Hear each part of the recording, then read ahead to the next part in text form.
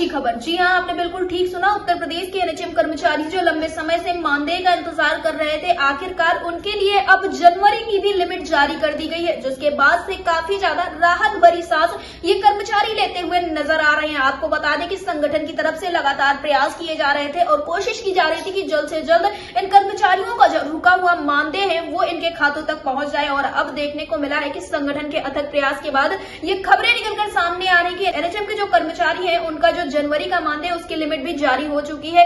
अब जो कर्मचारी हैं वो सीधे तौर पर सरकार से ये मांग करते हुए नजर आते हैं कि जो इनका मानदेय है वो समय से आ जाया करे, क्योंकि ये जो कर्मचारी है ये अल्प वेतन भोगी कर्मचारी है और ऐसे में जब इनका मानदेय महीनों तक रुक जाता है तो इनको काफी सारी समस्याओं का सामना करना पड़ता है। यहाँ तक कि कर्मचारी अपने बच्चों की फीस जमा करने में असमर्थ होते हुए नजर आते हैं, बूढ़े माँ बाप की दवाइयां लेने के लिए असमर्थ होते हुए नजर आते हैं और अन्य तमाम समस्याओं का सामना भी इन्हें करना पड़ता है, क्योंकि कर्मचारियों का यही कहना है कि इतना कम मानदेय मिलता है उसमें जीवन यापन करना वैसे भी मुश्किल है और ऐसे में अगर 2 से 3 महीने तक का मानदेय नहीं आता है तो काफी सारी समस्याओं का सामना करना पड़ता है। फिलहाल इस बार संगठन ने अथक प्रयास किए, उसके बाद अब देखने को मिल रहा है कि कर्मचारियों के लिए एक अच्छी खबर निकलकर सामने आई। फिलहाल क्या कुछ बातचीत हुई है अधिकारियों से, ये लिमिट जो जारी हुई है इससे क्या कुछ हो सकता है, इस विषय पर ज्यादा जानकारी देते हुए संगठन के पदाधिकारी मयंक प्रताप सिंह ने क्या कुछ कहा है, आप भी सुनिए। मयंक जी, आपका हमारे चैनल अटल टीवी पे बहुत बहुत स्वागत है। धन्यवाद। मयंक जी, जैसा कि लगातार आपके द्वारा प्रयास किया जा रहा था कि जल्द से जल्द जो एनएचएम कर्मचारी हैं उनका मानदेय आ जाए और ऐसे में देखने को मिला है कि लिमिट जारी हो गई है, तो क्या कुछ कहना आपका, किस तरह से ये सारी चीजें हुई हैं और कब तक की लिमिट जारी हो चुकी है?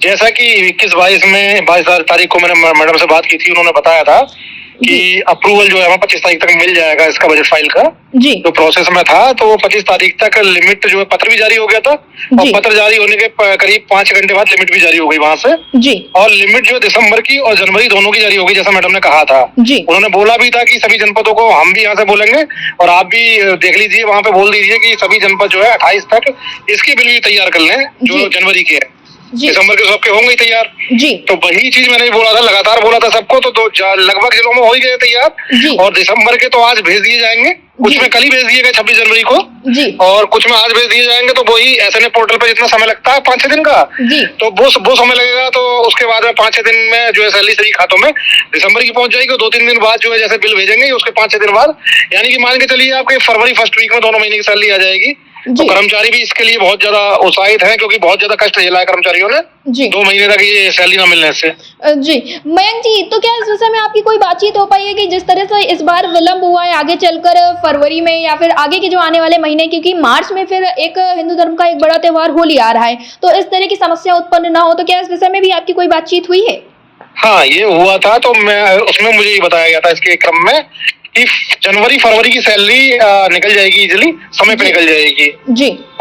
लेकिन ये बोला था थोड़ा सा कि जो बजट है जी। अगर बजट आशा जो बहने हैं हमारी आशाओं के लिए जी। और एक कर्मचारियों के लिए, अगर इनके अलावा बजट कहीं और नहीं लगा तो मार्च की सैलरी भी आसानी से निकल जाएगी। लेकिन अगर और कहीं बजट इन्होंने दिया, जैसे पेमेंट वगैरह जो क्या था जी। ये होली पर्व आ रहा है मार्च में, तो उसको देखते हुए देख लेना कि ऐसा कुछ ना हो, क्योंकि पेमेंट तो करना पड़ेगा इन्हें, क्योंकि मार्च लास्ट मंथ है, तो वेंडर वगैरह जो है वो अपना पेमेंट लेंगे ही लेंगे।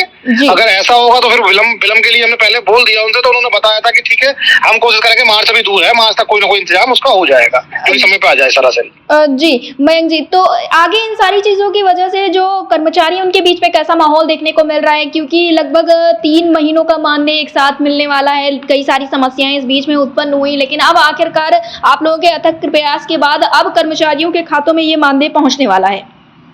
नहीं, कर्मचारियों देखो बहुत रोज था, क्योंकि 90% मैंने बताया ना, जैसे कि अल्पवेतन भोगी हैं और जो इसी पर निर्भर है, सेविंग कुछ होती नहीं है, तो उनमें काफी रोज था, किसी में काफी गुस्सा था, किसी दयनीय स्थिति भी थी। तो हम भी देख रहे थे, काफी कर्मचारी जो है फोन पर रो के अपना जो है हाल पिया करते थे, तो उसमें काफी रोज भी था कर्मचारियों में। लेकिन ये है कम से कम चलो कहीं ना कहीं से उन्होंने जैसे भी अपना ये निकाले हैं 1-2 महीने उधार या कैसे भी, तो वो अपना ये है कि इकट्ठा जो सैलरी मिलेगी 2 महीने की, उससे उसकी पूर्ति हो जाएगी और आगे की जो है वो भी नॉर्मल पा जाएगा। बस यही है कि आगे जो है सैलरी जैसे बोला है ना, टाइम पे ये देते रहे, ऐसा ना हो जी। मयंक जी, अटल टीवी से जुड़ने के लिए बहुत बहुत धन्यवाद। Thank you.